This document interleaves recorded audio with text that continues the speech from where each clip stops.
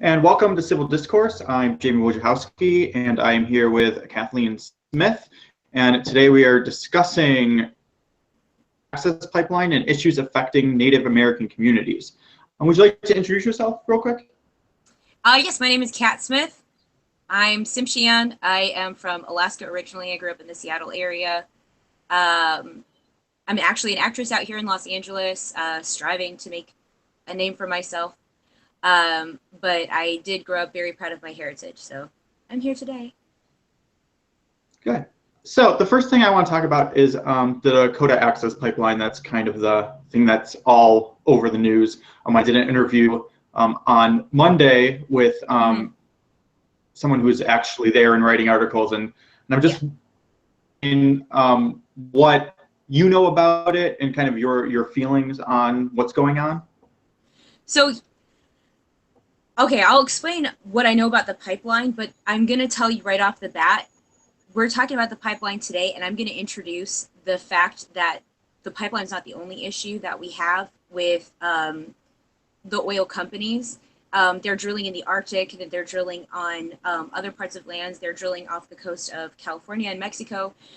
So what I know about the Keystone Pipeline is that the intention of the pipeline is to have, so to speak, a method of transportation to get oil from Alberta to Texas, where they have oil refineries where they're going to redistribute the oils.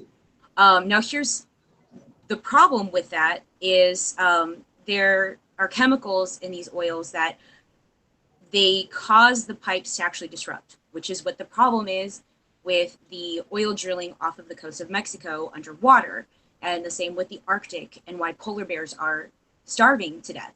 So that's what I know about the pipeline. I know that it was rejected several times by Obama, and the Republicans and the GOP basically forced it into existence and forced it to be okay and forced it to be authorized. So I know this much about it. I know that they are trying to affect the Sioux Nation, among other peoples along the pathway of the pipeline. There are farmlands, there are animals, there are forests, there's lands being deconstructed for this pipeline. So this is what I know about the pipeline. And then what else did you ask? I'm sorry. Yeah. I think you're just freezing a bit, but I think I got most of it. The interesting thing is, yeah, I completely agree with you. This has been a thing that we've been against, that people have been fighting against for years, the bigger pipelines and stuff. Do you think that there's a specific reason why the Dakota Access Pipeline hasn't gotten crazy amounts of press, but it's gotten much more press than the other protests for similar pipelines? Do you think that there's a reason for that you can see of why this is getting bigger press? I would say personally, I think it's a multitude of things. I think that it's this reason has a lot of answers. I think number one, it's to distract everybody from the other drilling that's going on. I think that if people are focused on the Dakota Access Pipeline, we're not going to hear about the polar bears that are dying in the Arctic. And we're not going to hear about, animals that are dying off, or sea animals and sea life that's dying off of the coast of Mexico. So I think that's a contributing factor. I also think a contributing factor is that because oil drilling has been an issue for a long time, a very long time, decades. So I think that it's been built up. I think that people have been aware, but only so much. And today with modern media, I mean, it's 2016, we can gain access to almost any information. Edward Snowden made sure that we know that everything is tracked. So I think that because of the buildup from so many oil spillages, from so many places being dug up for oil, I think this is sort of the eye opener, so to speak, So I think there are a few different contributing factors. But the other thing that I'll say is it comes down to numbers as well. The tribal people that were affected by Shell digging up their wells in Alaska, there's I think 400 people in the tribe that were affected and given cancer by that. there's not nearly as, there's 8,000 Sioux Nation people or something along those lines. Don't quote me on those numbers, but there's a lot more people. And so when you have more people, there's more people talking about it. You have more people voicing their opinions, voicing their anger, voicing their passion. So I think that it comes down to numbers, and I think it comes down to an escalation. Yeah. So how do you feel, because one of your big issues is how to bring greater Native presence into the corporate media, because I think right now we're in a place, I talk about this a lot, where we have kind of two very distinct medias happening. We have kind of this social media, online news network, and then we have the corporate media, that's the big networks, and very different demographics watch those things. Mm-hmm. And if you exclusively get your news from one or the other, you're kind of worldview. And I feel like the social media element really does focus on anything that's important to have a voice. It's much easier to get traction and to let people know. And it's much harder to corporate media because there's an agenda behind it, and they only want certain narratives getting out there. So how do you broaden the conversation to include other issues within and Native communities in general? That's a really good question. I think, again, it comes down to just the day and age that we live in. You're right. When you get your news from one source, your education on the subject is not as broad as if you have multiple sources. I can't tell you how many news sites exist. There's some that have been around for a long time, but then there's some upstarting companies. You have things like Upworthy and BuzzFeed, and then you have Facebook itself. I mean, news is becoming so embedded into social media that even Facebook has news articles on the right side of the screen now when you log into your Facebook. So I think that it comes down to the direction that we're moving with the access to the information that we have. As far as I was listening to your whole thing, I'm going to be honest, but it cut out a few times, so I'm trying to piece together what you were asking me. So is Native American presence involved with that? You're right. When there are more people of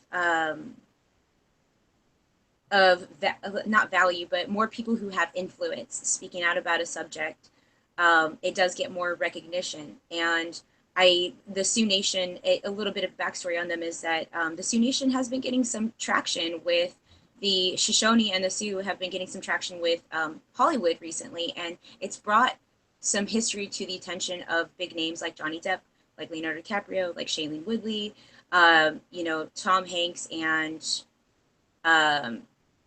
Brad Pitt and Edward Norton are doing their miniseries of Lewis and Clark on HBO, and of course, this is based off Meriwether Lewis's biography that he wrote, his journal that was interpreted and republicized and given its own narrative. So, anyways, I think that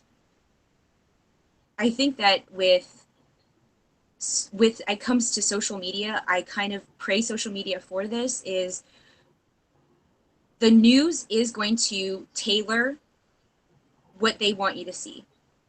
There's a reason why people don't know about Shell giving cancer to a small tribe of people in Alaska, because Shell's in good with a lot of the news stations. This is not information that's going to go broad because it only affected, quote unquote, only affected 400 people, let alone the land or the sea life that it affected.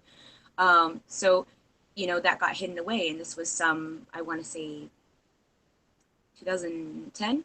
So this was some 7 years ago. And now in 2016, the social media has come, has come through a mountainous change since 2010, 2011. So I think that the presence of Native Americans is gaining in media altogether.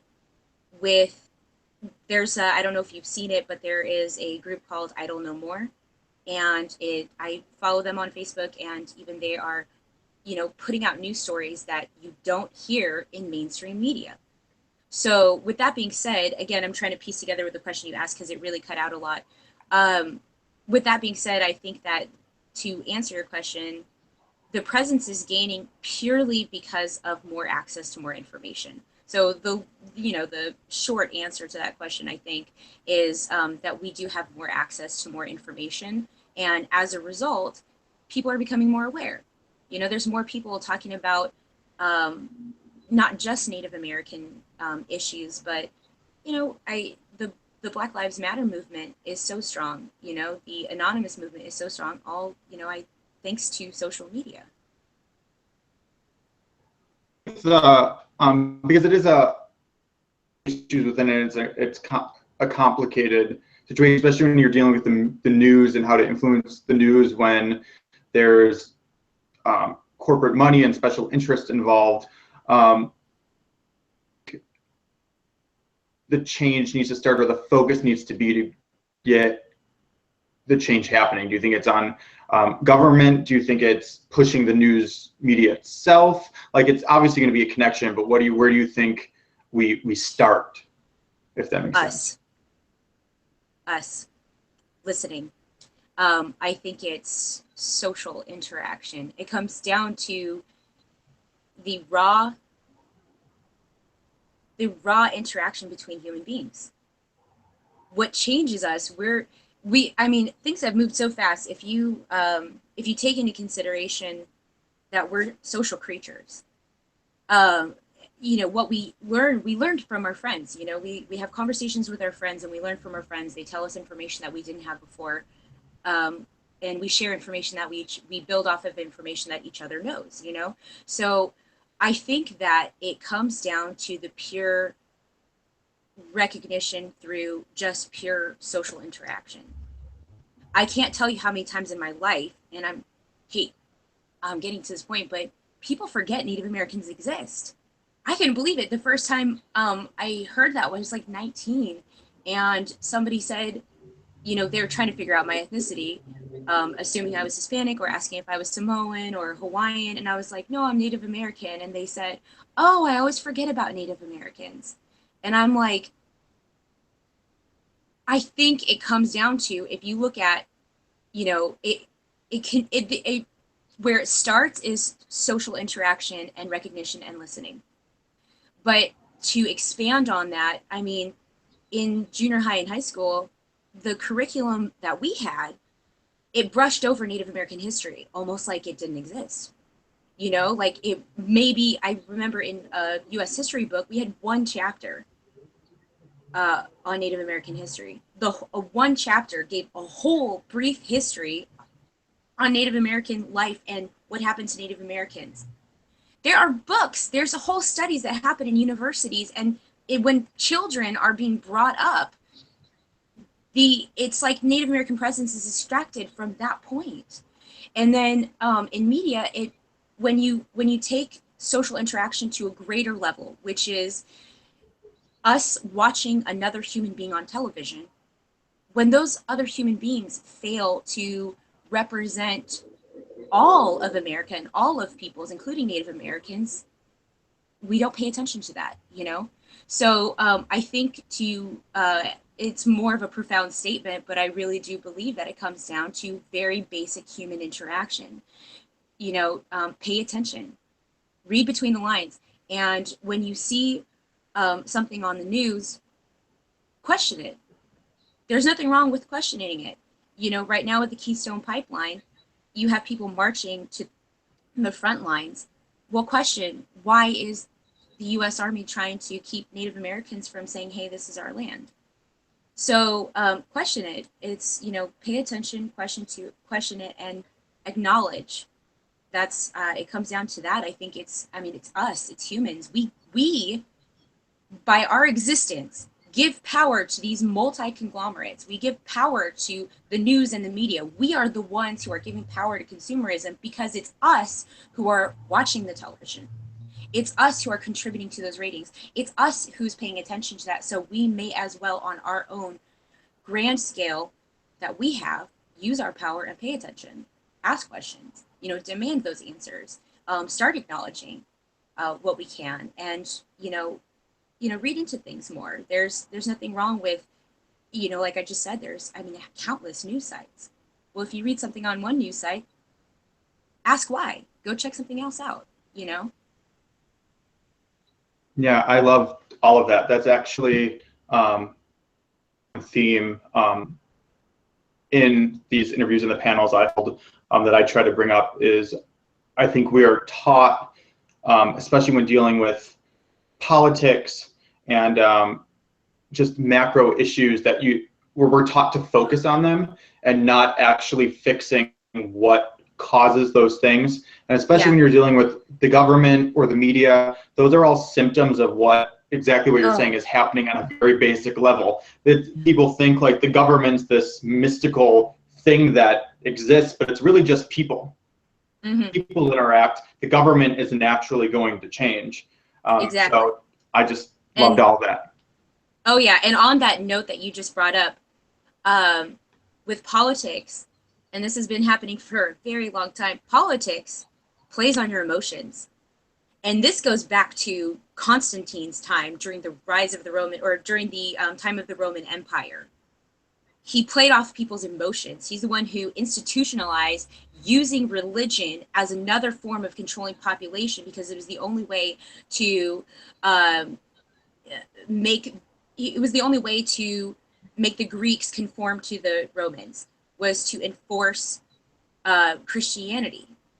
And sadly enough, he gets the idea from his mother, who fell in love with the teachings of the apostles, but she was in love with Christianity for her own reason. Anyways, I digress. So the point of that is, for a really long time, literally thousands of years, people are taught, have been controlled on their emotions, and it sucks so bad, because every time I see any political statement made, any speech made, anything in the news, it's like they want to tug at your heartstrings, because we as human beings, especially when we're in a giant group, we want to conform. It's actually part of our human nature, built into our survival instincts, to want to conform. And so therefore, if we're told to be angry about this issue, it's so much more easy for when 5 people have even a vague correlation to an idea that's been given to them, if they have a vague, what's the word I'm looking for?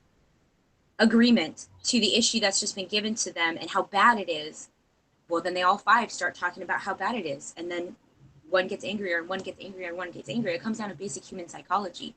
But that being said, you touched on the subject, and I had to voice my opinion on that and point something out, because I like what you said with, the way that we're being tailored. It's become a time of the news is telling us how to think, instead of us telling each other how to think and telling the news what we want to see. Yeah, and I think too, just connecting what you're saying about it starting with us, and I talk about this quite often as well, is I think we live in I think it's specifically, it's our entire culture, but it was kind of embedded in millennials growing up, because we lived through it. But there was this time where there weren't really any social movements happening, and people think, I don't know, maybe they always thought this, but I feel like we're taught that to fix the government, you vote, and it's about the government. And really how it works is government's really about power and influence. And the way you challenge government is through activism. So actually activism is what forces government to make changes. Government's not, the way our government specifically is set up, it's not meant to be able to easily change things. There's pros and cons. And so things really, every major accomplishment of our government, specifically progressive accomplishments, has been that there's been an organized social movement over time that forced the government to change. And I think there was a time in the 80s and 90s, there was movements in the 70s, and then there was kind of 2 decades, almost 3 until the Occupy Wall Street movement, where there weren't a lot of massive organized movements. And you saw the government in that time, even if it was more democratic control, it was still moving towards where power was and not to the people, because the people weren't involved. And to touch on that, you're right. And here's what happens. Again, this comes back to human nature and psychology and how we interact with each other. Is we were during the, and believe me when I say this, I'm not speaking on the most educated front, but I do know the things that I know. And during the Reagan era, if you know what Reaganomics is, he basically made it hard for the working class to progress further. And that's the summation of it. Everybody praises Reagan for this, that, and the other, and he actually wasn't that bad of a president. Just, the way that he reformed taxes was challenging.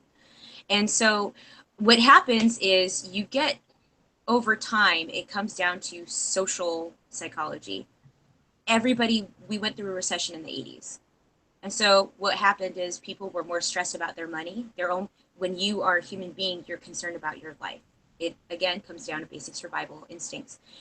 So when you're stressing for money like that, you're not thinking about other things. You want to care if you hear about something going on, we didn't have any giant movements here in the US, but if you recall, in India, baby girls were being left on the streets. And was there a giant movement to stop that? No. There was nobody going over to India and making a huge movement to stop, girls from being raped, and then little baby girls being left on the side of the streets because their family was too poor to afford a dowry. That wasn't happening, because here in America, people were going through a recession. They had so little money. And then when you get past the 80s, money became good again in the 90s. So people were experiencing a time of, recovery, so to speak, emotional recovery, financial recovery. And this is not that every single person felt this way themselves, but as a whole. And because so many people were so concerned about, their family's situation financially, they were not as, paying attention. The Gulf War was happening. There was no protest against the Gulf War. So we have, what we have is money controls people and emotions control people. And we really do live in such a capitalistic country, because when you can get to the point where people don't have a movement, because in such a grand scale, they're so much more concerned about making sure that their own children have food on their plate than they are about, contributing to a rebellion against the girls in India, or even Nelson Mandela, so he was still in prison in the 80s. People weren't marching for Mandela in the 80s. So, there were opportunities, but on a social psychology level, there were so many other concerns on a personal note that people were facing on a grand scale. And so, in my personal opinion, and I'm not, a psychology master or anything like that, but in my personal opinion, when I look at the interaction of social gatherings, when I look at, society as a whole, that's what I see. That's what I see when I read history. Yeah, it's also hard too, because when you look at the history of very organized social movements and how they've successfully implemented change, most of them, it took over a decade, and that's from the point where movement, and that movement had to maintain for a decade before it actually fully achieved what it set out to achieve. So, and that doesn't include all the time it took to set up that organized movement. So it's exactly what you're saying. It's hard, because you have to have a lot of stamina, and you have to have a lot of patience, and our culture moves more and more away those qualities. You see it with the election now, and the fear of kind of the movement that Bernie Sanders organized. There's the big question on, well, is it going to continue? Because who's going to maintain it? because a lot of people expected, oh, this was about one election. If we win the election, everything's fixed, and it's not realistic. It needs to be if that's really a movement that wants to succeed, it needs to be a term thing. That's another interesting question that we got on Bernie Sanders, because I asked this on Monday. Did you any closely you watched that specific campaign? But something I thought that was interesting about that campaign was that he was actually involving the Native American community on quite a large scale. His wife was actively going out to those communities, and it said that if she was first lady, that would be her priority, that's the thing she'd want to focus on. And he was Native Americans at high levels in his campaign. Have you seen an influence on how the media or how the Native American community has changed in regard to that? I think that he helped to bring more attention to Native Americans as a result of that, because here's the difference, and I'm not calling out any of my friends, but here's the difference, is if I were to talk about Native American politics a year ago, I got, and granted, I'll give them this, I'm a talker, and I tend to talk a topic into the ground. So I'll give people this, I don't think they were rolling their eyes at Native American politics, I just think they didn't know what to say to it.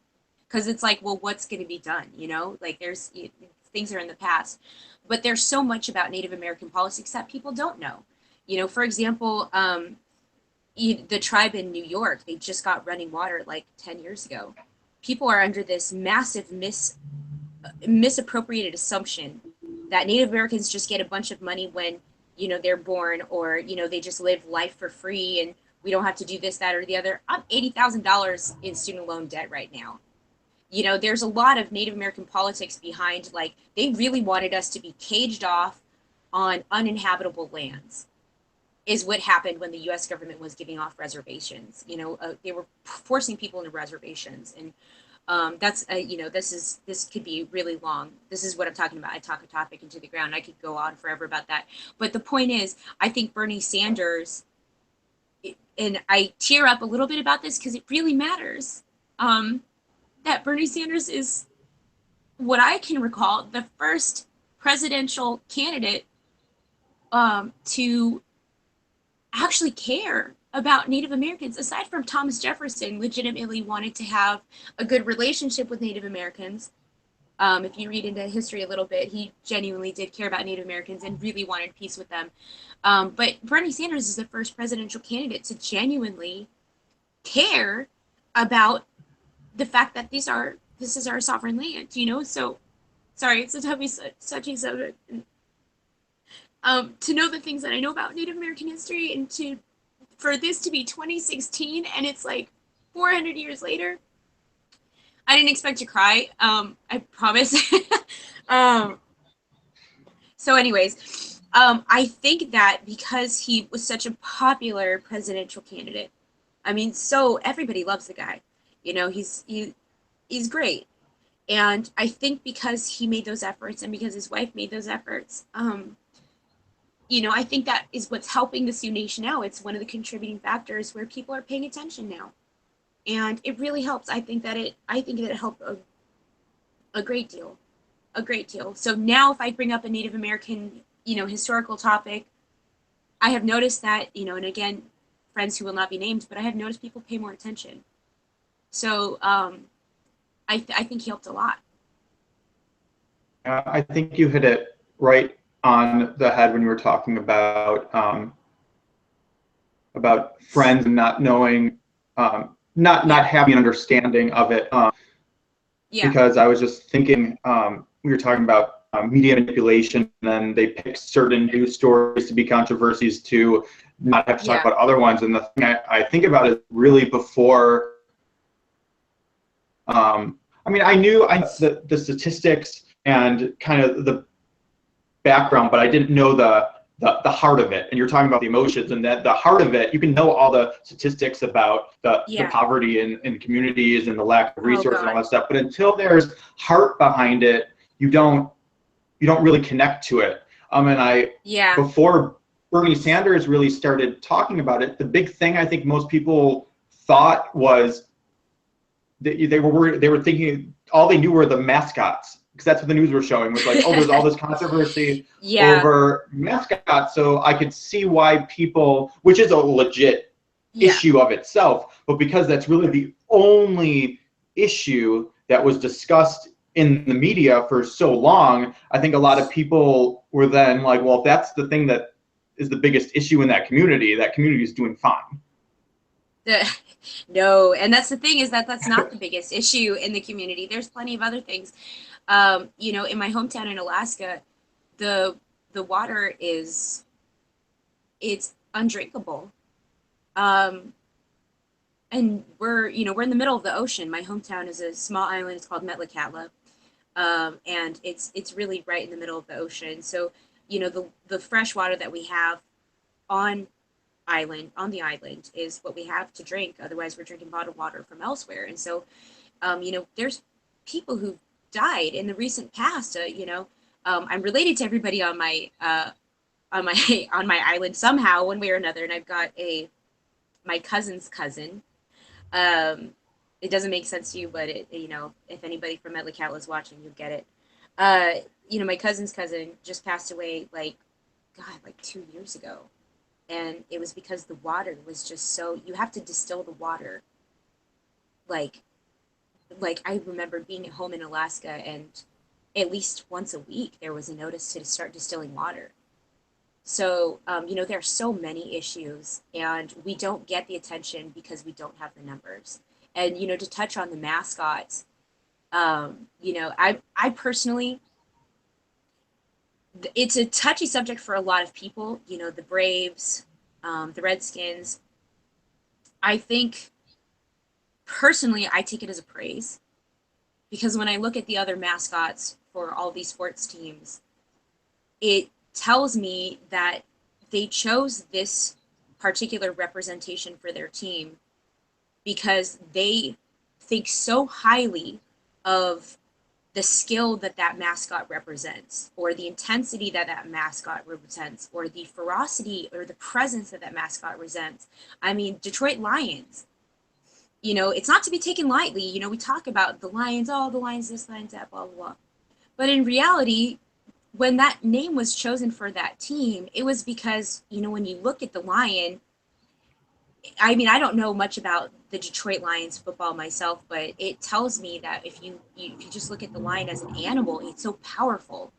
He doesn't even have to go get his own food. He has multiple wives who go get food for him and then birth his children. He just sits there, and then he's like the leader of the pack. When you have to put him to task, and when he has to fight another lion, he's going at it.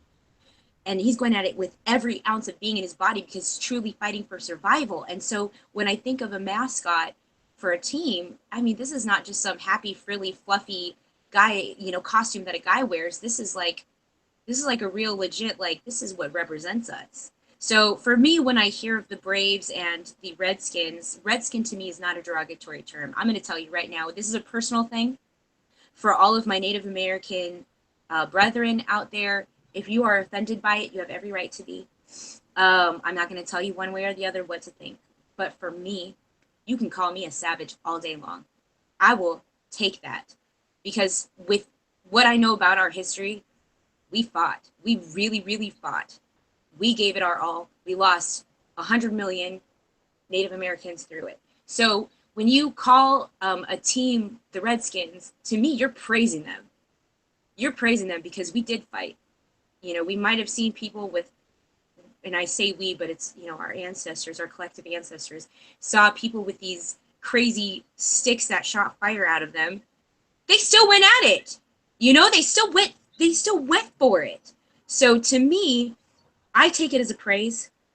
And, I don't take offense to, a team name being the Redskins. I think that, in my personal opinion, the person who thought of it loved Native Americans. They loved the history. So that's my personal opinion on that matter. God bless it. Whatever happens to it, one way or the other, there are enough people that are offended by that term that, it is a legitimate concern then. But on my personal opinion, I take it as a praise.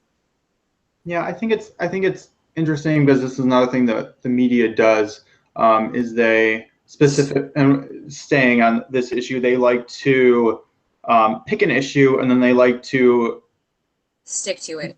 well, and make it partisan, where you have to pick one side or the other. It's either offensive or it's not. And then what that does Yeah. is it stops any real conversation of finding out what the problem is. Because what I'm hearing and what you're saying and thinking about both sides of it is it's not the criticism, because I know people who are very offended by it. But when I talk to And they them, have a right. Yeah. yeah, the thing that really offends them is not the name. It's really the fact that a white dominated culture picked that, is using that and then not engaging the actual community. You know what? And that's what pisses me off too.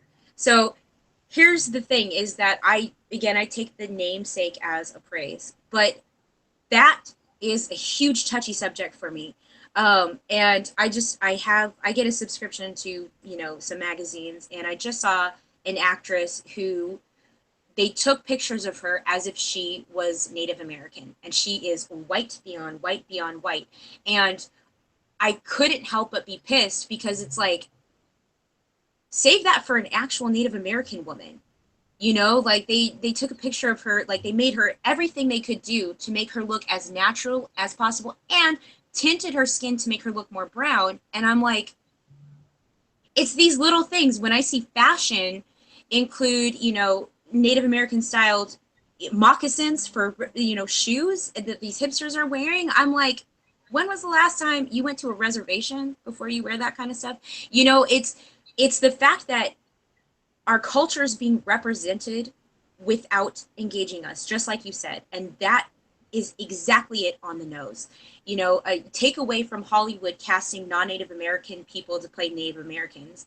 You take away, I take it as a compliment that they do want to represent our culture because it tells me that they find it fascinating on some level. Why would you introduce a piece of our culture into your fashion if you didn't think it was beautiful?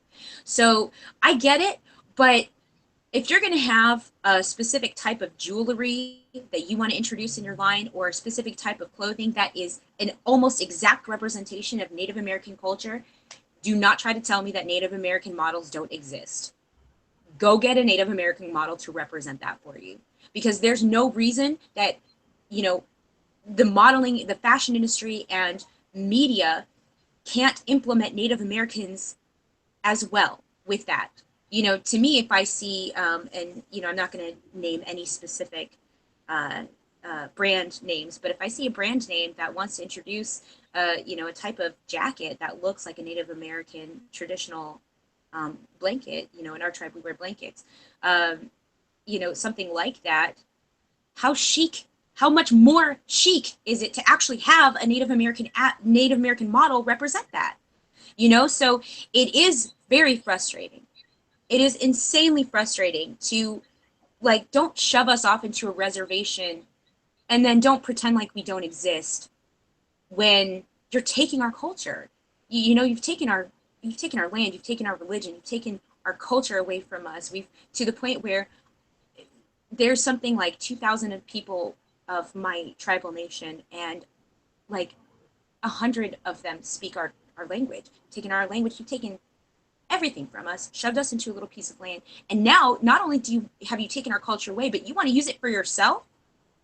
Include us. Just include us. It's just, to me, it's tactless. So that's the note. You hit the nail on the head with that. I don't have a particular anger towards the usage. I have an anger towards the fact that it gets used, and then we get shoved off to the side anyways. Yeah, and it's just interesting because in making it a partisan issue, there's so many times where you could appease everybody. Like, there are solutions that could make everybody happy within it.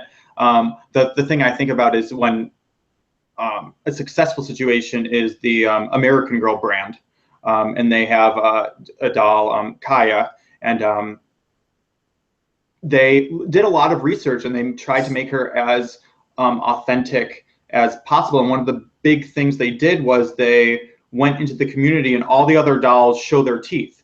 But from whatever tribe that she's from, in that tribe, it's considered aggressive to show their teeth. So they made the doll, it's the only doll that doesn't show her teeth. And they got unanimous praise across the board for doing that, because they put in that little extra effort to involve the community in the product they were making. And here's the thing on that. I'm glad to hear of this. But it's a very small chip on the iceberg as far as, introducing more Native American influence in media and in the mainstream, in the public eye, basically.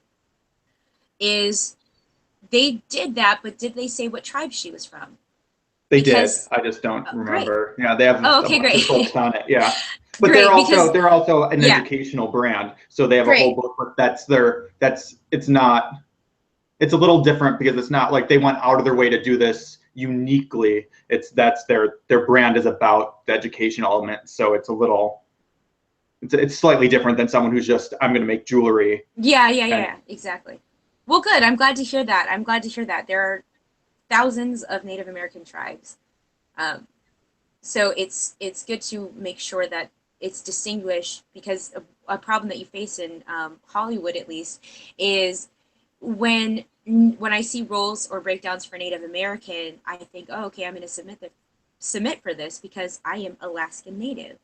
And what I have found is in Hollywood's collective brain cycle is they think only of what we know as the cliche traditional looking Native American person, which is the super crazy dark skin, the insanely prominent cheekbones, the very as popularized stereotypical as you can make it. And the reality is there's only a few tribes that look like that. Even the Cherokee are very pale, and the Cherokee are from the South, relatively southern areas. So it's good that they distinguish. I'm praising them for distinguishing that she's of a certain tribe. So that when, like you said, it's educational. So now just that one little click in the brain goes, this is what girls from this tribe look like. So that's really important, and I'm glad to hear that. Yeah. I'd like to transition, I guess, into the entertainment industry and what your experience has been. We've touched on a little bit here and there, but a lot of what you're saying is a lot of the overarching issues with every type of minority in Hollywood. So I just want to touch on your personal experiences. Sure. I'm grateful for the little bit of exposure that I've had. I got to have a featured extra character on Sons of Anarchy a few years back when it was still on the air. It was an episode with Mr. Danny Trejo. I got to sit and hold in with him, and it was probably the most exciting day of my life. So I was, a kidnapped Native American person, and it's that's my experience. That's how little opportunity there is. So I mean, God, you could get me going all day on this. My top things about Hollywood is I have to praise the people who are making a strong effort for progression. ABC is so hardworking. They're so they're so open-minded and so hardworking. They actually do a showcase every year, where they let people who don't otherwise have a chance to get much exposure submit themselves to audition for this showcase, where they get to display their talents for ABC executives, in charge of these TV shows, and, big name agents and managers. So I praise ABC because what I've noticed about them is they're oh so open-minded. They keep it even scale, same amount of women as men, keeping it, they're making a valiant effort to make sure that the people they bring are legitimately talented. They're not being diverse for the sake of diversity. They're being diverse because their vision is the world is diverse. So why not have it, why are we not paying attention to these people? So that's what I've noticed of them. And, they're a very fine example. I noticed Warner Brothers is making a strong effort in that direction as well. They have workshops. To bring in people of diversity who don't always get the same exposure as people who are, traditionally not diverse. On that note, what my personal experience is I didn't expect this coming out here, but there's so few roles for women compared to men. I know that this has been talked about in Hollywood on a bigger scale. It's been touched a few times. It comes down to me, not just to the writing, but to, you know, who they think is going to make money. I don't honestly know. I can't speak for the people who make these decisions. I can't speak for the decision makers. But what I notice is there are very few roles for women compared to men. I even have a friend from college who wrote a horror film that starred 12 men. And I was like, I could not support the project. He had a GoFundMe, he had all of this, and I couldn't support the project because I was like, why would I support this continued issue of, you just wrote a whole film only with men? You're telling me not one of those characters could have been a woman? Are you serious? You know, so I was just like, I couldn't contribute to that because I couldn't see that happening. When I see pilots airing their previews for, you know, their first episodes, you know, premiering this date or that date, I see so many male. Take aside the fact, you know, lack of diversity, take that out of the equation. The fact is there's so few roles for women compared to men. You know, there on some days when you look at the breakdowns, there's like literally 10 to 1 male to female roles. And then when you put diversity into the equation, Hollywood has this idea, this collective idea, and I'm not pointing fingers at any particular, you know, executives or anybody like that, because I do believe people are trying to make their art. It is a business, and people are trying to make decisions that they think are wise. So I get it. But there's this collective idea that women have to be sexy. You know, even in independent projects that are self-funded, the women that I see on breakdowns must be sexy, is attractive but approachable, is hot and sexy and sweet and girl next door. And I'm like, have you seen America? Everybody's not the girl next door. Something like 4% of females are that type that you're trying to cast. It's like, I just don't understand, you know, why are people not writing from a place of truth and, you know, casting from a place of truth sometimes. And I do get it. You know, from what I hear, there's a certain structure. The people that are backing the television shows are the people paying for the commercials, and they want a certain image associated with their commercials. So I get it. You know, they're basing these things off of studies and research on what helps to sell their products. So I get it. You know, I'm not faulting them for it, but I'm so amazed that we have this great opportunity. We're in a golden era for film and television, and so much of the casting doesn't come from the truth. And this is where I praise The Walking Dead. I feel like the casting does come from a huge place of truth. It's so beautiful to watch that show every time because I'm personally so amazed at the casting choices. I'll talk to this for a bit. I think the problem with Hollywood is that it's actually a lot like our government, and what we were talking about before, is that Hollywood is so complicated, and it's a major studio production has so many levels, and so they're worried about the ad execs and they're worried about their producers, and there's just so many levels that change takes a really long time. Because they're afraid of it's a capitalist thing. They have to make their money. They're afraid of things. They want to make sure it's tested and that they know what's happening. So there's a few things. One is the best way to change it is to do what you're doing. Watch the shows that represent the Hollywood you want, and then that shows them with dollars. And the other thing is we are as actors, as creatives in Hollywood, we're at a very fortunate place that we have the opportunity to make our own art. Even if you look at 20, 30 years ago, 10 years ago, even being an actor, a lot of times being a director, you had no control. you basically would look for approval from the networks, and if you got it, you got your opportunities. And now we have Hulu, Netflix, YouTube. Yeah. I mean, there's content everywhere that you can create and make social change, or just create the kind of art you want to create. Like, I own a company called What's Content, and we're a production company that does everything in a house. So our actors meet up for creative sessions every week, and we're all writing pieces as well, and we present things that we're working on, and as a collective we vote on things, and the things that do well keep getting produced. And one of our big thing is we want the collective to be as diverse as possible, so that all the projects we're doing are incredibly diverse and different. And it's not, well, there you go. Yeah, we're not making the next Modern Family. We're trying to make something unique. And go ahead. Oh, I was gonna say, and it's honestly little changes like that.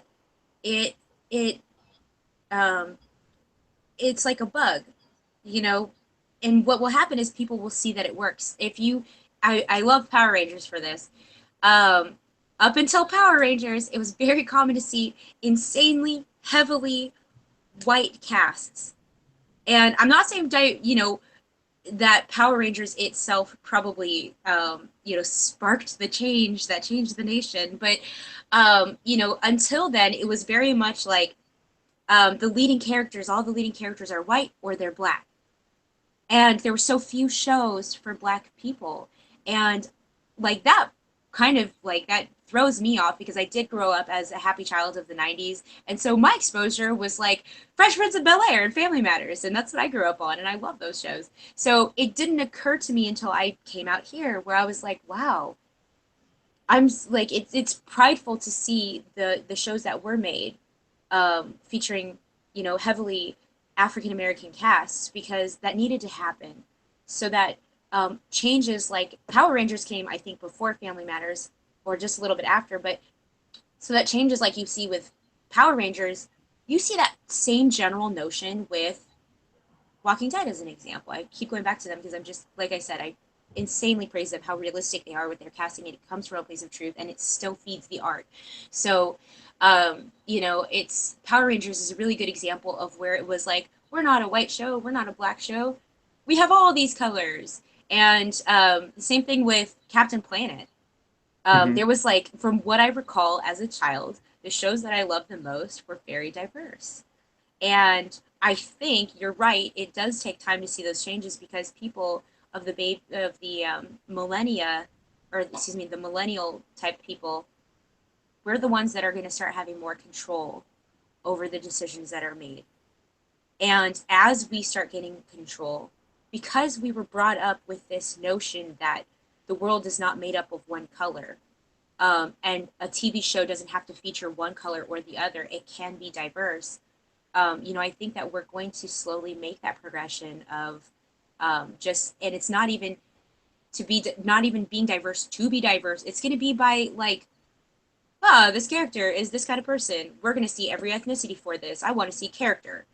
So I think that we are making that slow progression. You're right, change does take time. And I think it all comes from, experiences. Somebody who's been an executive for 40 years has a much different experience selling movies and making movies and authorizing budgets for movies than somebody who's just starting. So, they are making changes. I'm not, like I said, I'm definitely not trying to harp on Hollywood. I am seeing that this is done for a reason. They can't make more movies if they're not making money on the previous ones, and they have to do what they know is going to make money, because they got sometimes $100 million at stake. So and that adds up. I don't have $100 million, so I get it. So but these little things, it's a bug. We're in a time period where what we saw 20 some odd years ago, I can't even believe Power Rangers is that old. What we saw 20 years ago is really having an impact on some of the major shows now. And that itself is forcing the progress of change. Well, and it's interesting because the thing with Power Rangers is the reason they they did that, because we were talking about money being involved and needing to focus group everything and it be about what you're trying to sell. The big thing with Power Rangers was the creators of Power Rangers didn't really care about the show. They wanted to sell toys. So the reason that was their big thing, they wanted to sell the toys with the show. The show That was explains a few cool. things. So that's why the cast was diverse, because they wanted to hit every market within America. So that was a time, and that really sparked a lot of what we saw in the 90s for children. Was why everything got more diverse, was because they started marketing to sell toys.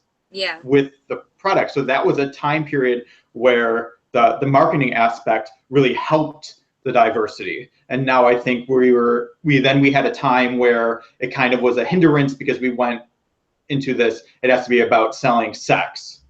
Oh, and now God. I think we're seeing a new push towards the diversity element. And I think that's not, I haven't looked into it enough to know if that's any coming from marketing itself, or if that's just marketing responding to the more social movement to push for diversity. But that's an interesting counter, that sometimes that marketing element really hinders a specific topic, and other times it can help advance that same specific topic.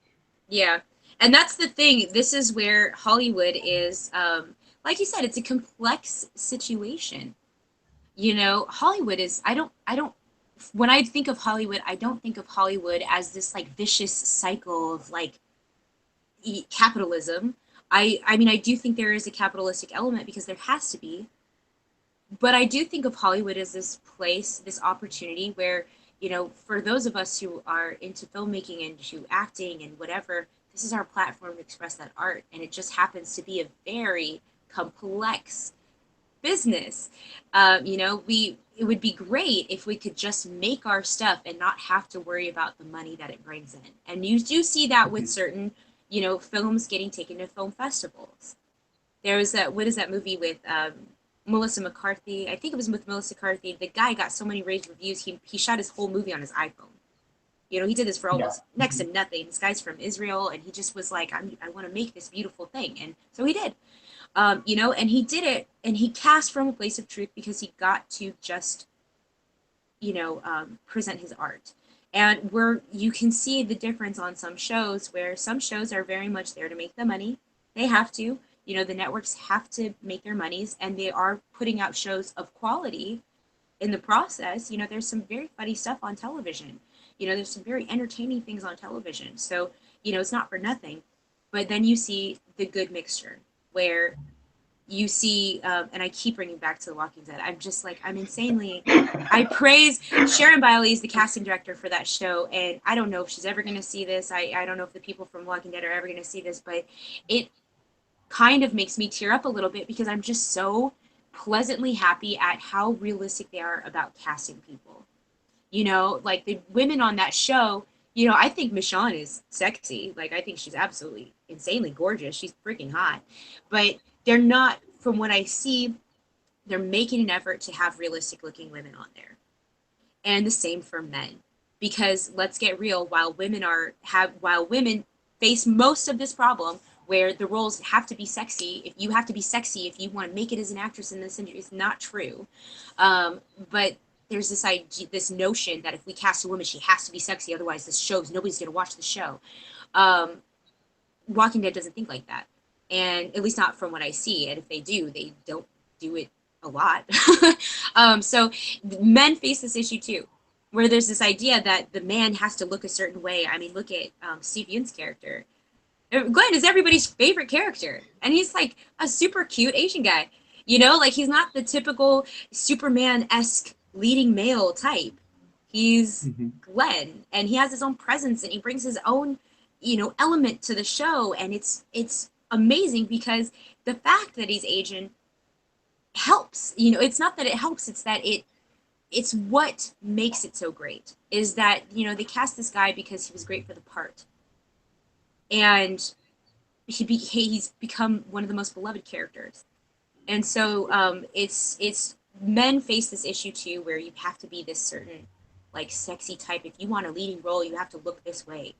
And Yeah, I think the yeah, difference the different I think the difference I see is um, it's I think for women it's more on the way they look, hmm and for men it's more on um, this idea of masculinity. But I think yeah, the major difference is the amount of roles. Because the yeah. vast majority of roles are written for men, you can't make a TV show where every man is the macho one. So you have to have at least, yeah, if you're a character actor, you have less roles that are going to include you, but there's still that market for what you are, and you can have a career on it. For women, if you don't fit into that, you may literally not have any opportunity because there are no roles for you. If there might be one, and she has to be sexy but approachable. She has to be hot, but this girl next door. She has to be mid to late 30s, but they're going to cast a 25-year-old anyways. So there is that. Yeah, you're right. It comes down to sheer numbers. Men face the issue about their looks as well in the industry, but you're right. I think it is a matter of what their level of masculinity is. Yeah, I think it's And interesting too, yeah, that when we two things. I think it's interesting because we're in a transition period. And I think what we're seeing now in Hollywood is a lot of chaos, hmm especially with um, outlets like Netflix and Hulu, and really them getting to a point where they're challenging the networks. That change is even harder now because there's a lot more pressure on the networks. And the thing I'll say with that is I think eventually the networks are going to be overpowered and are going to be forced to adapt and change, or they're just going to evaporate. And then and the this, other, go yeah. ahead, and then I'll So, get the other point. oh, I was gonna say, and this cycles back to what you asked me earlier about where can the change start with seeing more presence about Native Americans, and then I took it to a broader level. It's about everybody being formed and forcing the change by interacting and paying attention. And it also comes down to how did we word this? Um, we are the ones giving the networks power. We are the ones who are watching the shows. We are the ones who are buying the products.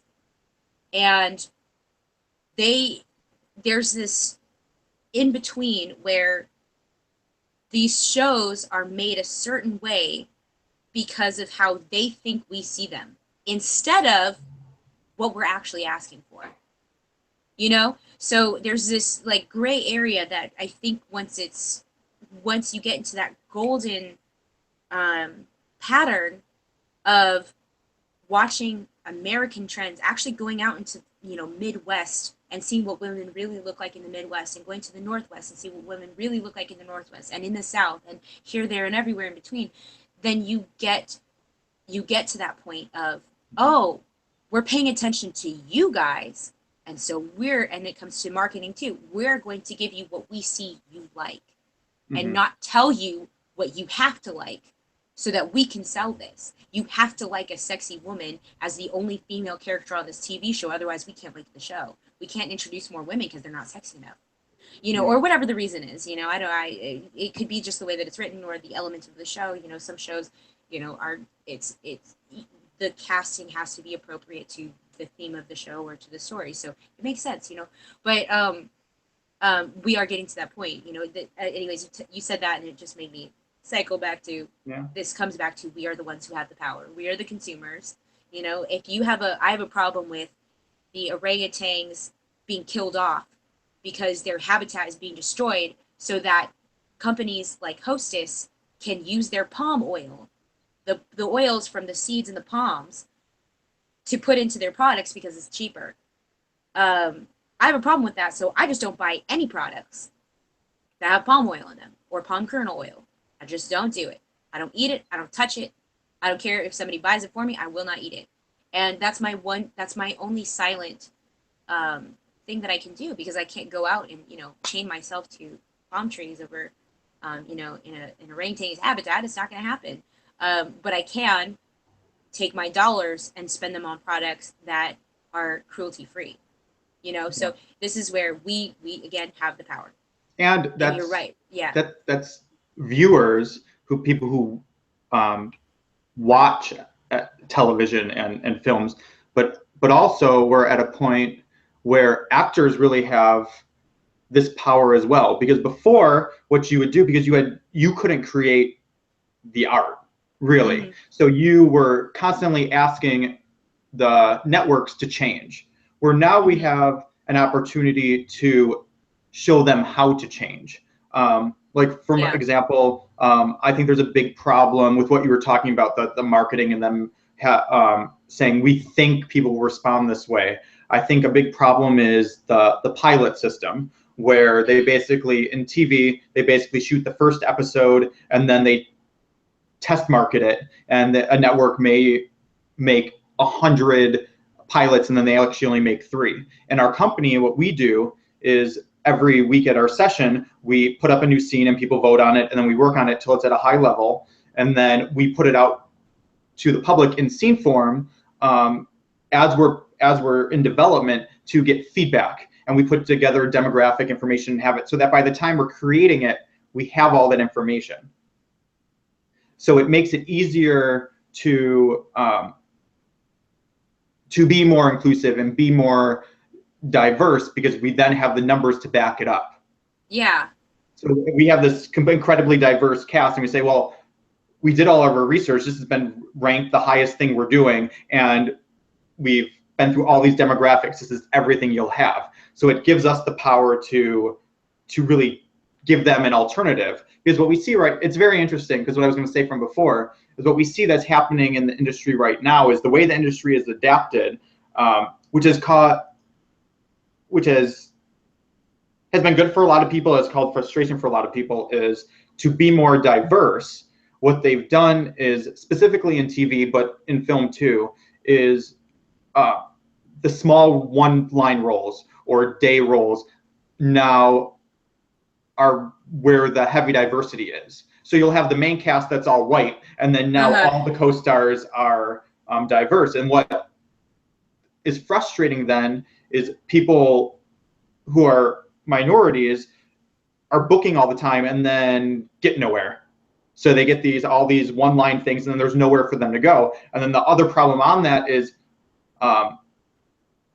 white majority actors are struggling more to break into the industry, because they literally have to jump a level. Yeah. So it's interesting where we're at, and I think I don't think that's a thing that's going to last. I think that's just a stepping stone to getting people more, because if it starts at co-star, eventually that'll be in the guest star level, and then once people have names in the guest star level that are minority, they'll make shows for them. So I think it'll change over time. It's just an interesting place we're at. We do live in a very diverse era. It's just that there's still this notion that a TV show's lead cast has to be one color, and it's just not really true. I think what we'll see is, because you're right, there is this effort for a show that's all white to cast, people of color for their co-stars for the one-line roles, and then you never see them again. And then you might see them as a series regular on another show. But there's a good show called Superstore. It's a good example also of the effort to have a more diverse leading crew, a diverse cast. America Ferrera, I don't know everybody's names. I'm going to feel terrible about this. But there's, America Ferrera. In fact, one of the series regulars is actually Hawaiian. And so you see, like, there are efforts being made with shows where there's, it's very strongly like, oh, why can't we have everybody of all these colors? So they do make that effort on some levels.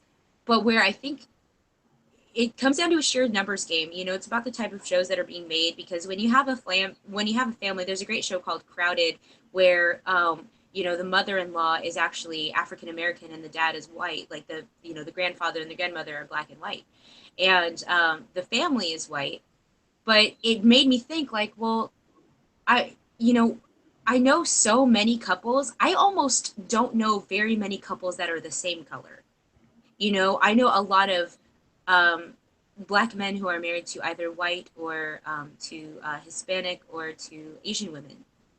You know, I know a lot of those guys, and I know actually quite a few, you know, Hawaiian, well, not a lot of Hawaiian men, but like, you know, Hawaiian men and Hispanic men who are married to white women or to, you know, uh, Black women actually too. And so it's normal to me that why in this show Crowded, it's great, and I'm not criticizing the casting, I'm actually praising the fact that they, you know, they introduced this new element of, you know, not new element, but for television it's new, like the grandmother and the grandfather, a black and white couple, and it's beautiful, you know. But I did think like, well, the husband couldn't have married a black woman, you know, like did the show really have to star a white, or the woman couldn't have married a black man, you know? So I was like, but that's normal to me, you know, as a millennial who grew up in a diverse neighborhood. That's normal to me. That's what I'm used to seeing. Is I, like I said, I very rarely, I don't think I have a lot of friends who are married to somebody of the same race. So this is where the efforts have been, because it's a family, the family all has to be one color. No, I don't think so. You know, I think, you know, when we see those bold choices made, it works. And I think once people get used to making those bold choices, they'll keep moving forward with it. So you are right. It is. It does come down to the piloting. I think there are some groups of people that are not used to seeing diversity in that light, and so it does affect the casting choices that the studio executives feel like they have to make. So it is kind of a catch-22 in a sense, because I don't think they're trying to force lack of diversity at all. And I don't think they're trying to ignore diversity. I think they're just doing making decisions that they think works, and it's like, Yeah, and I think it's sure, what yeah, you were talking about way at the beginning. You were talking about it being about relationships and knowing people, and the thing where we're both talking from the perspective of us being actors, but the big solution to this is diversifying Hollywood. And yeah, the big problem is the networks are primarily white, crews are primarily white, directors are vastly white men. And really the change, it's easy to say, well, why am I thinking about diversity? But if they're in a room and it's 20 white men, I mean, it's not, how realistic is it then to be like, oh, well, we should involve this thing that I've never had an experience with yeah, because of this. Whereas if in that room you had 20 people that were vastly diverse, the shows would be diverse because you would be having diverse opinions creatively about what to do. yes, yes, you are right about that. And that's probably why what I've noticed with the panel who does the ABC showcase, it's a very diverse panel. I noticed that about them, and you're right, because of that, because they are a diverse panel, you see it in their television shows. There's a strong effort of diversity. It's not even that it's a strong effort where they're doing things to be diverse. It's because they themselves are open-minded, and they truly. I had the luxury of doing a workshop with them, and from what I noticed is that they are so truly passionate about exploring as many people's talents as they can, and they truly want to put the best person for the role in the role. And you know, it's a beautiful thing to see, because you hit it on the nose there. I think when you have a group of people who they're all the same, their thinking tends to be very similar. Not that that's the case every time, but that you're right. That element has a strong influence on, you know, what we see. Like my friend with the horror film, most of his friends were white.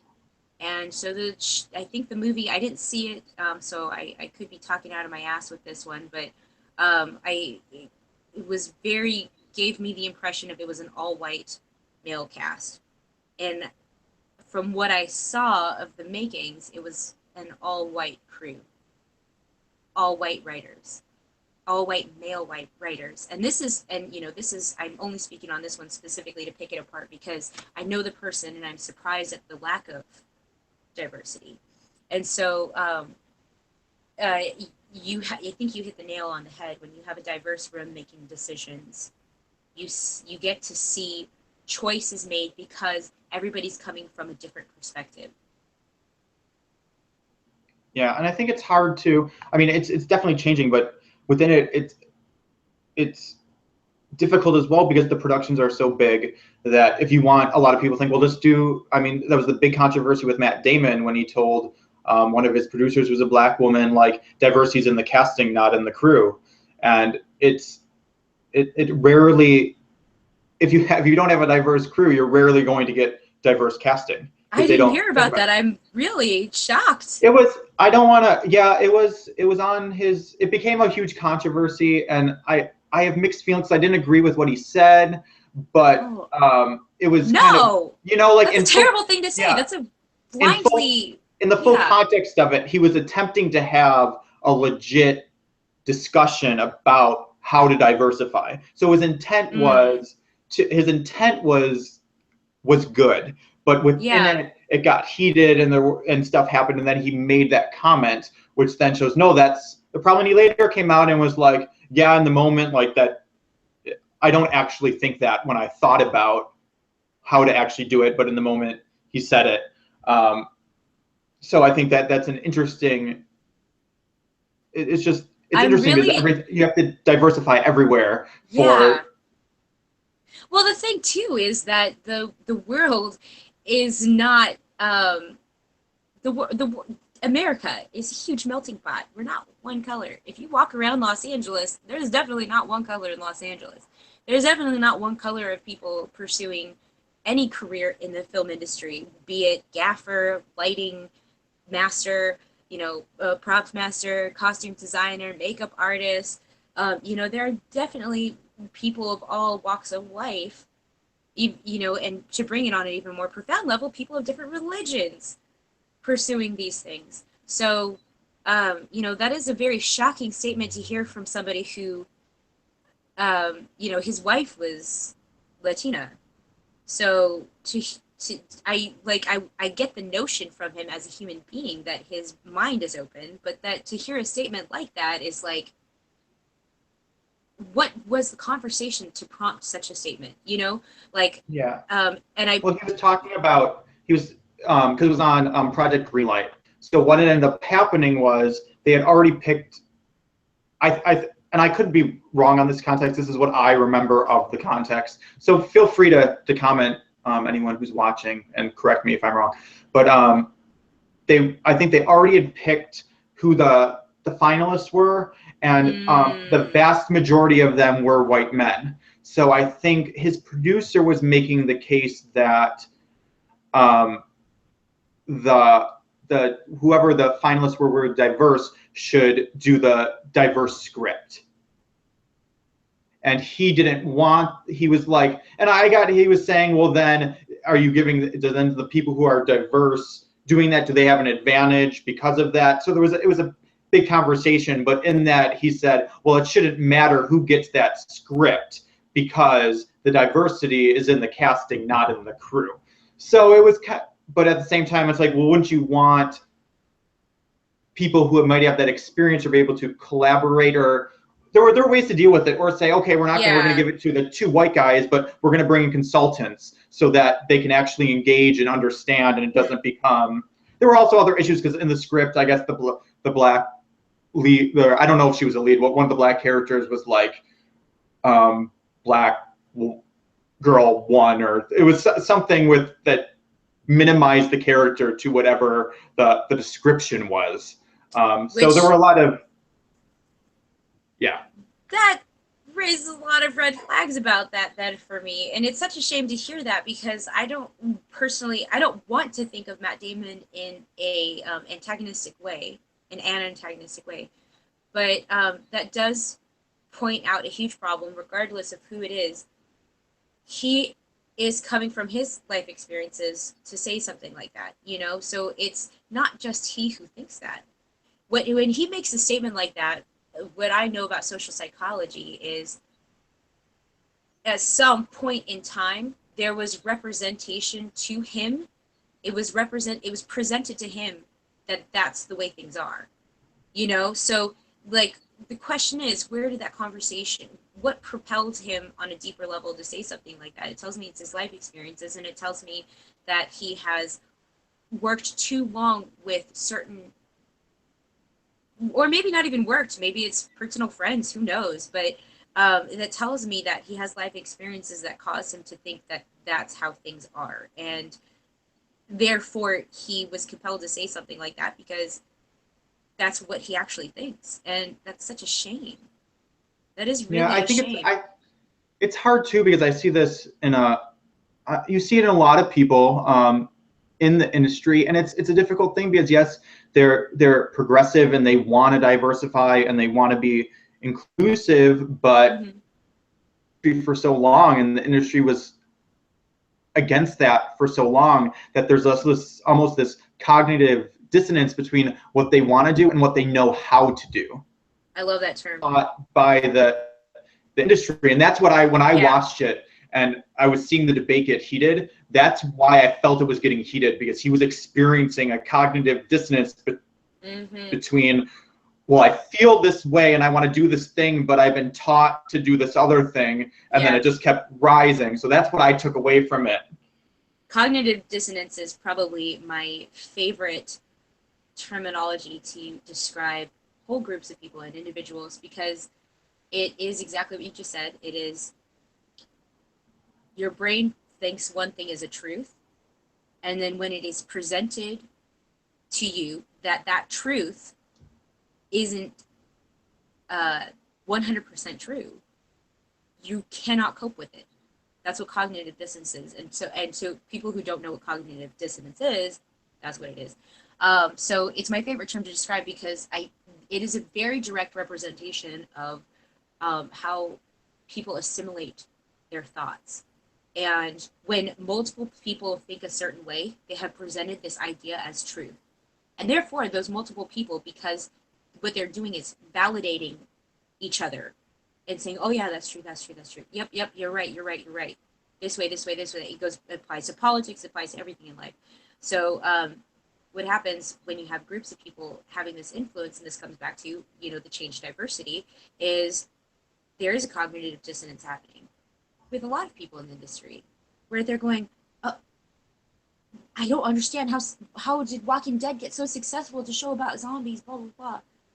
Well, because you're not used to this notion that the world doesn't look one way, and you're I that anyway. So I got off track. I started going on rabbit trails, but cognitive dissonance, very true, and that is what he was experiencing in that moment, and that is a great terminology. Um,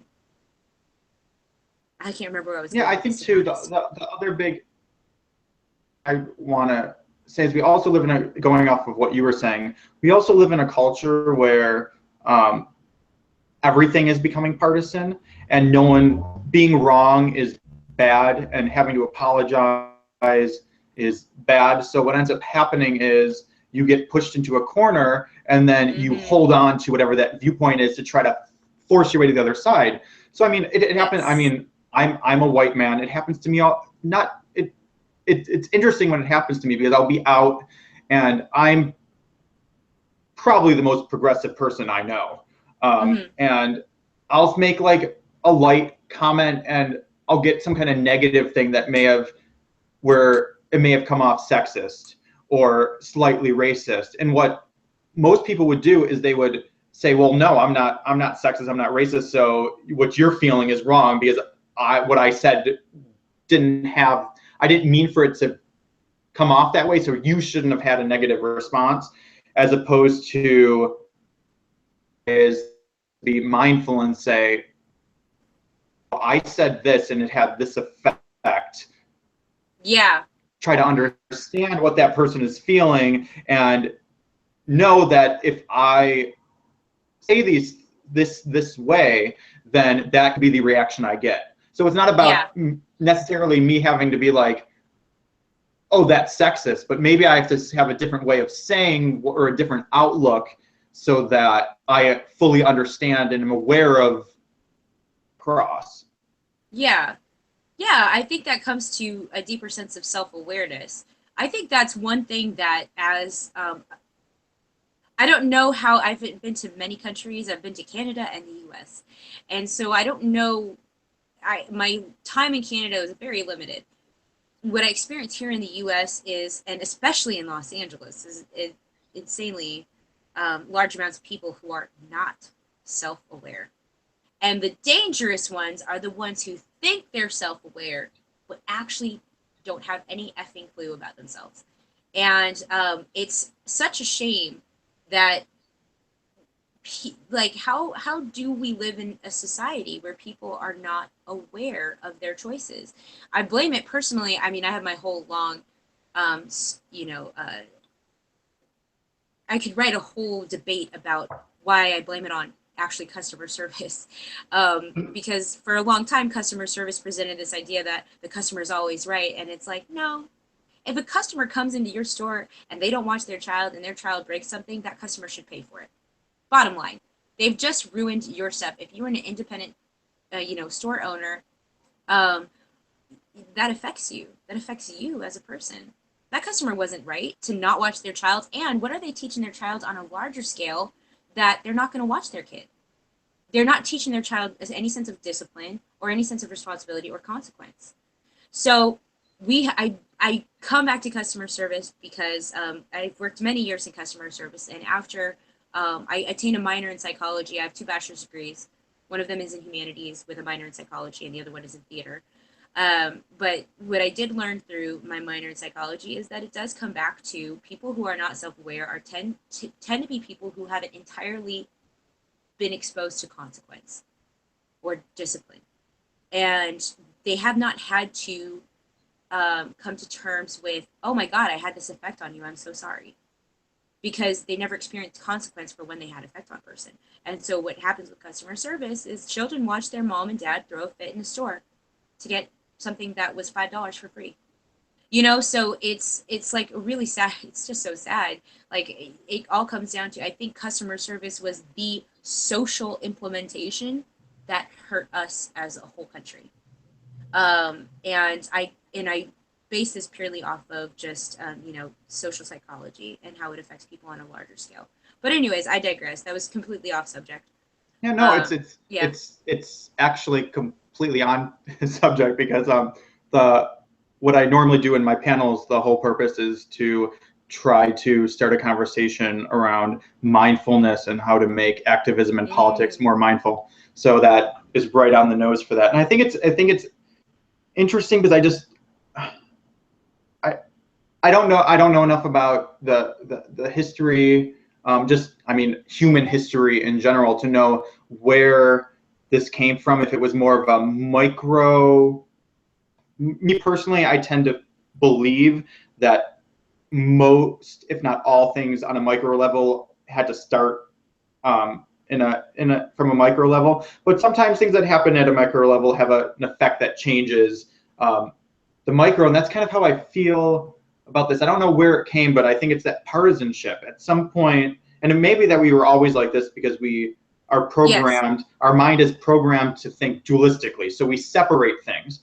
But that's what we do in our relationships, is we separate ourselves, and then we separate our beliefs, and we separate what sides we have to be on, so that it's not about understanding or engaging or listening. It's about being right and having to pick the right side. And if I'm on this side, you're either with me or you're against me. There's no gray area. And that goes to the customer service thing of like, well, they're always right and you're always wrong. There's no gray area. There's no conversation. And I think that's I think that's the root of all of our problems. I mean, politically, socially, is that you don't listen. And so much of the time, one of my favorite things that I've seen was a Australian newscaster, and he was talking about terrorism, and I guess it was very similar to what was happening here, where you're getting this rhetoric of wanting to close the borders and ship Muslims out of the country. And there was I don't know if she was a government official, she was, but there was this woman, this white woman, who went on the news and basically was promoting closing the borders. And she had all these death threats and she was being attacked. And this Muslim reporter who was on the news did this segment where he was basically saying everything she's saying is wrong, But the problem is underneath, Muslims and people like her are experiencing the same thing. They're both experiencing fear. And yeah, what she's saying is not right, but you think now having death threats and having constant attack, does she feel more safe or less safe? Mm-hmm. So it's, if as opposed to, yeah, what she's saying isn't what we want to do. We're not for that, but let's try to listen and understand why she feels that way, because then we can actually fix the problems, as opposed to what we do is we say, well, you're for this, I'm against this, we're going to our corners, and that's the end of it, and nothing ever gets solved. Yeah. It's so I'm going to touch on that in a few different ways. So you said you didn't know where this comes from, this sense of bipartisanship. Well, it will all stem back to our need for survival on an anthropological level. Yes. We have to identify with a group because we come from, we're a very social creature, and we come from a very long evolution of hunter-gatherers. And you have to be affiliated with that group. You have to fit into that group. You have to work with that group. And we, during the hunter-gatherer times, there were not politics. So there was this embedded need to assimilate to our surroundings. And what happens is when you grow up in a certain culture, and America is a huge country. The United States of America is gigantic. Alaska is its own culture. California has two cultures. There's Northern California and then there's Southern California, so, and even Washington State, there's the Seattle area, and then there's Eastern Washington, which is very, to put it lightly, not diverse. So what you have is people grow up in their area, and there's an idea at some point that was implemented that people have to think this way in that area. And so as a result, when you see, it comes back to the cognitive dissonance idea too, or not idea, but the notion of cognitive dissonance is that when you see something that validates your way of thinking, because you grew up in this type of culture that told you that that was the right way to think, because everybody in that community thought that way, there's this subliminal sense that you have to fit into that group for your own survival because they're safety numbers. We still have this instinct for, humans will always have this instinct for survival. Nowadays, it's not nearly as insane. We're not fighting off predators with sticks. So there's still this need. We have to be assimilated to this group around us. On top of that too, go ahead. Yeah.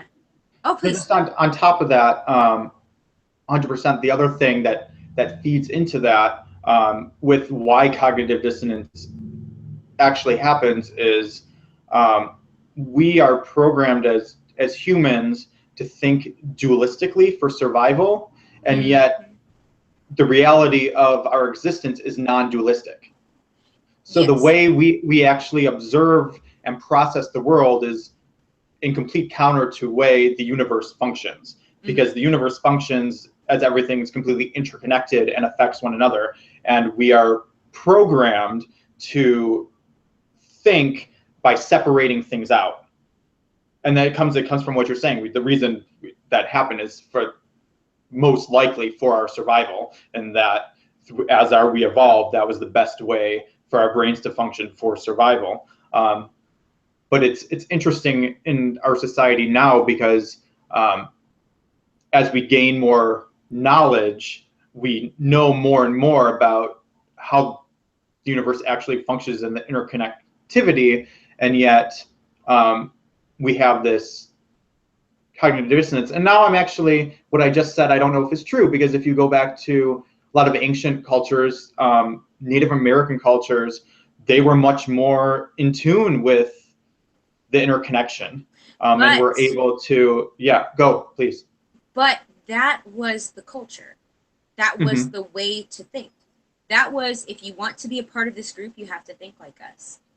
So this comes down to, and this is where we as human beings have the need to assign which is right and which is wrong, because we're so used to thinking this certain way. So yes, Native Americans, ancient Native Americans, as a culture, they operated in a certain way, and you had to participate in that. and there was peace, within the community, because everybody just fell in line with it. There's no mutinies against the chief of the tribe. That just didn't happen. Yeah. Can I ask you? I just want to. Yeah. I just want to ask a question because I'm curious what your view on this is. So I completely agree with you. I'm just curious where you think it comes from, why certain cultures adapt certain things. Because it's interesting that I personally think it has something to do with knowledge, and where people where the knowledge that a culture or a community picks to have, or where they get their knowledge, is clearly going to have an effect. Mm-hmm. But ancient cultures were much more. I don't know if it. I don't know if it has to do with nature and how we've, as a society and as cultures, have gone farther and farther away from our connection to nature, and that's why ancient, not just Native American culture, but the vast majority of ancient cultures had a much stronger emphasis on interconnection, because they were actually in connection with their environment in a way that today's societies aren't. But yeah, I'm just interested in because yeah, it is the communities that are teaching humans how to behave and what to think, but what influences the community to have those views, I guess, is the question. It's what is according to the current times and sheer numbers. So part of the reason that we, to touch back on to this idea of bipartisanship, of which is right, which is wrong, if you're with me, if you're not with me, blah, blah, blah. It seems much more heavy, because if you think about it, the world, 100 million years ago was not nearly as populated with humans as it is now.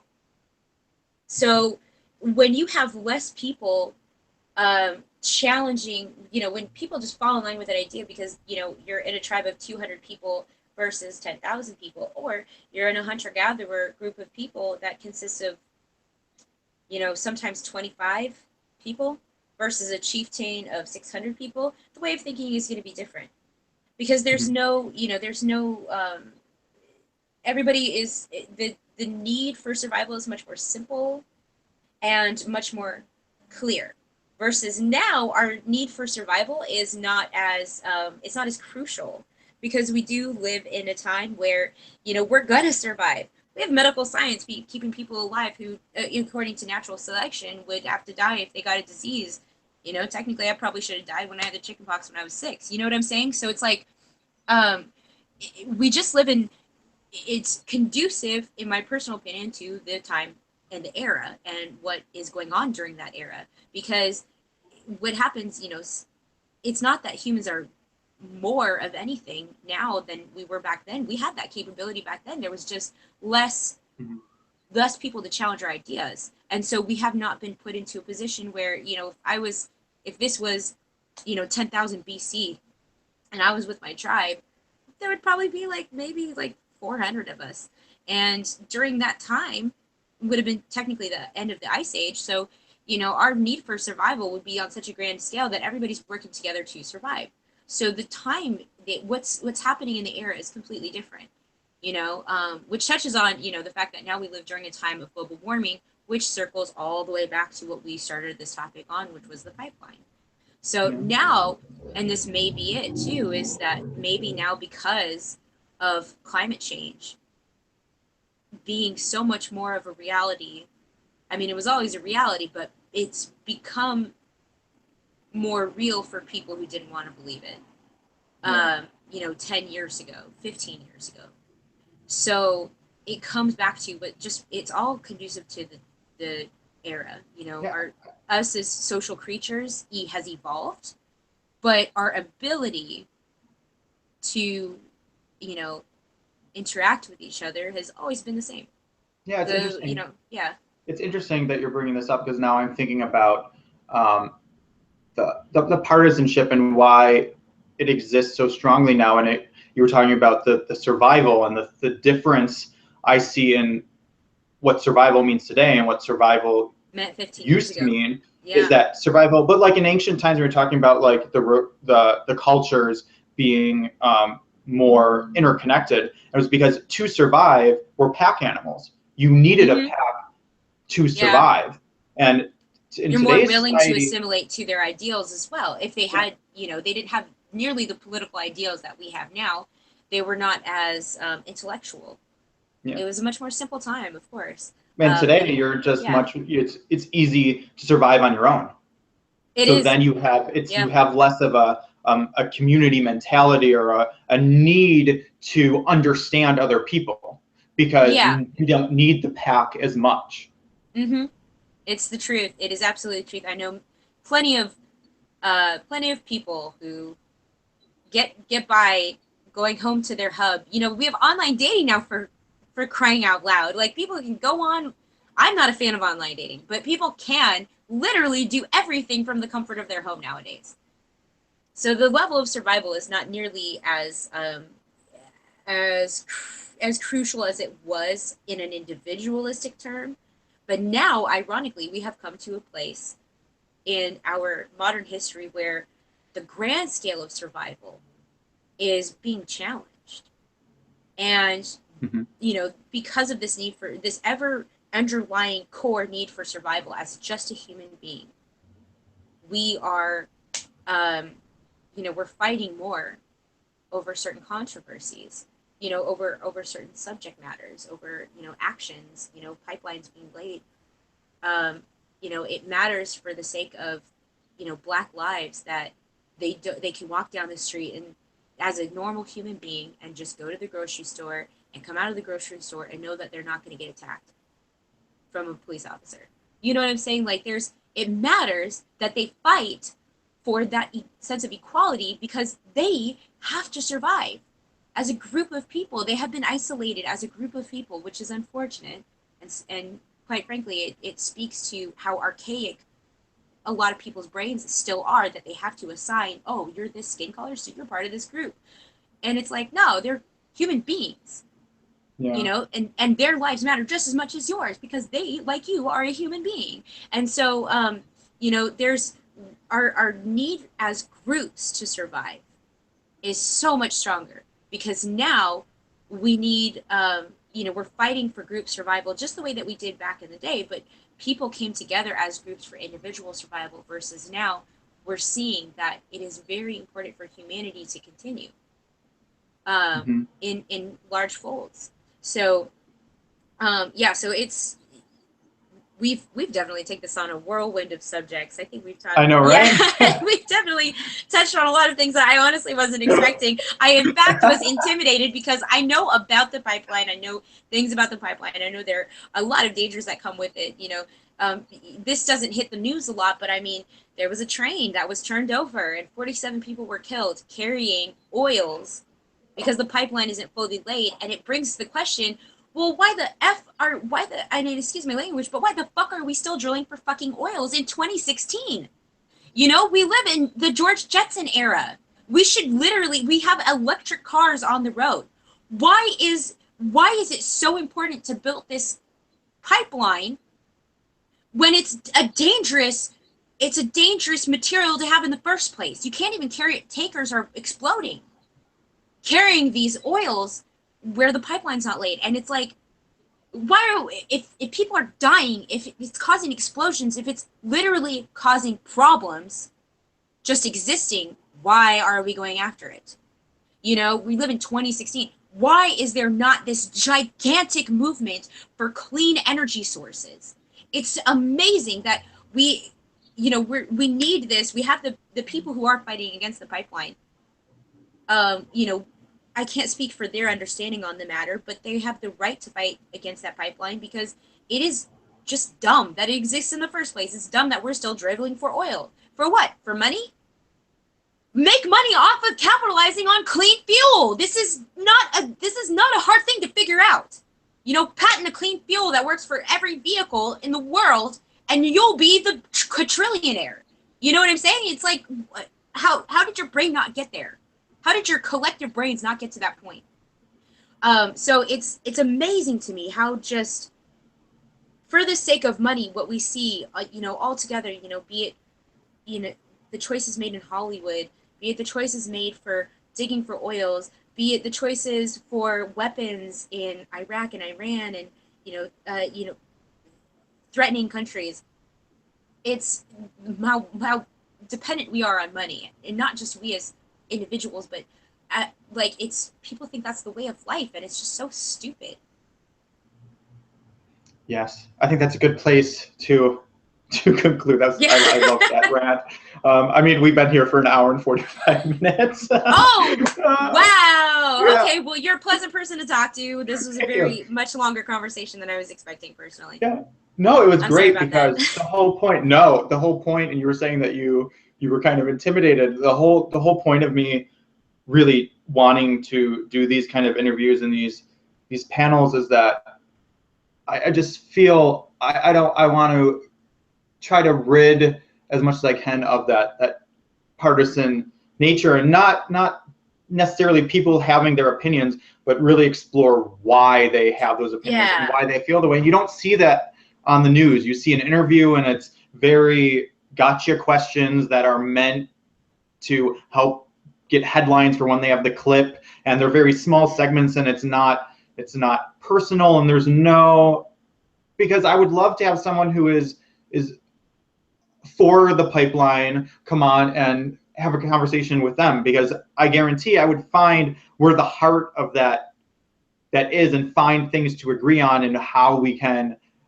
kind of adapt, even if at the end of the day they're going to continue to fight for it, and me personally will continue to fight against it. But I think those conversations are important, and in a space that's mindful. I'm not bringing you on the show because I disagree with you to try to trip you up. And it is, and I agree with you on that notion, because I do have a very dear friend of mine where she's probably one of the most amazing people I've ever met in my life. She's very level-headed, and when she has an opinion about something, she very simply states, well, that's my opinion. And she is there's no angst behind it. There's no subliminal meanings. She's not saying it to bait me. She's very much, she sets aside her passion for it, and she just says, well, it's how I think it should be run. It would be nice to see it this way. And it's very calm, and it would be nice if to not criminalize the Keystone Pipeline. To me, it's dumb, because when I look at the science behind it and the physics behind it, what's happening to the land and what the residual effects are going to be, it doesn't make sense. But should somebody show me a point of view that has any logic, I'd like to hear it. I'd like to see, well, I mean, there's a reason that people insistently think that somehow this pipeline, which has done nothing but cause problems, apparently won't cause problems as we build more of it. I would like to, genuinely hear, well, what's the reasoning behind this? Because, the chemicals in the oils themselves, or in the oils that are being sent down to Texas, break down the piping. And that's where the problem is do you have any logic for how to change that so that it is safe? Because I don't see anything changing. So, you're right. It is nice to get different points of views, and and not to criminalize the Keystone Pipeline. I personally do think it is a dumb idea, but it would be nice to hear some actual logic as to, other than money, because all I see is greed. Our president literally was forced into okaying the Keystone Pipeline, literally forced. How many times he turned it down? So it's why do you think it's that important? I would like to hear why it's important to have it. And not just so that I can criminalize it further, but because it doesn't make sense to me. Mm-hmm. And then you need this is the last thing, I promise. You need the conversation needs.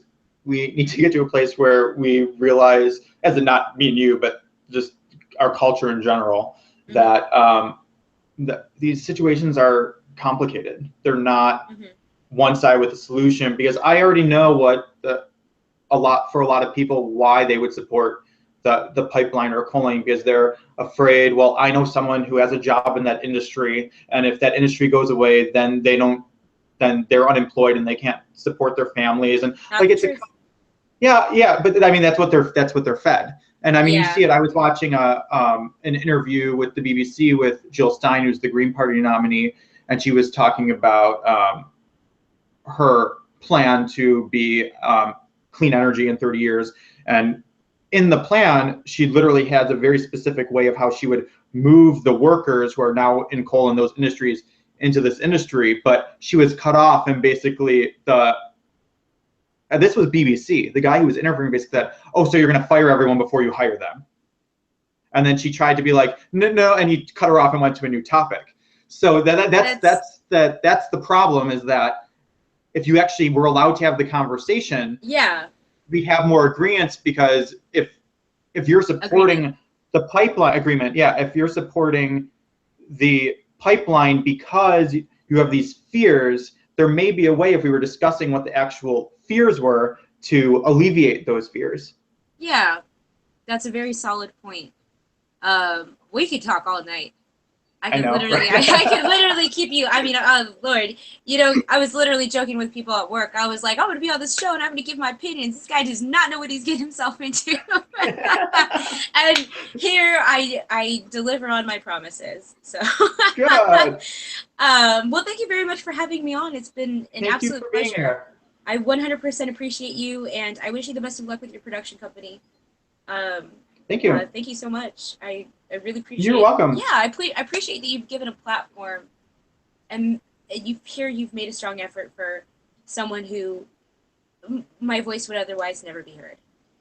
Yeah, and if there's ever specific things that you want to discuss, let me know, because we can do it interview style, or I can try to put together a panel to get a variety of people discussing those issues. So yeah, it's a very fluid kind of show. Absolutely. And to everyone who's watching, so you're welcome. And to everyone who's watching, if you visit the YouTube channel or anything on social media, it's Civil D TV. Our schedule is up there of our upcoming live streams. We're doing one on art and activism, and how art can influence social movements and politics. I think that is our next one. And then down the road, we're also doing one on being Muslim American and what the Muslim experience is like in our current political landscape in America. So that's what's coming up. Thank you so much again. Thank you very much. Okay, have a good night. You too.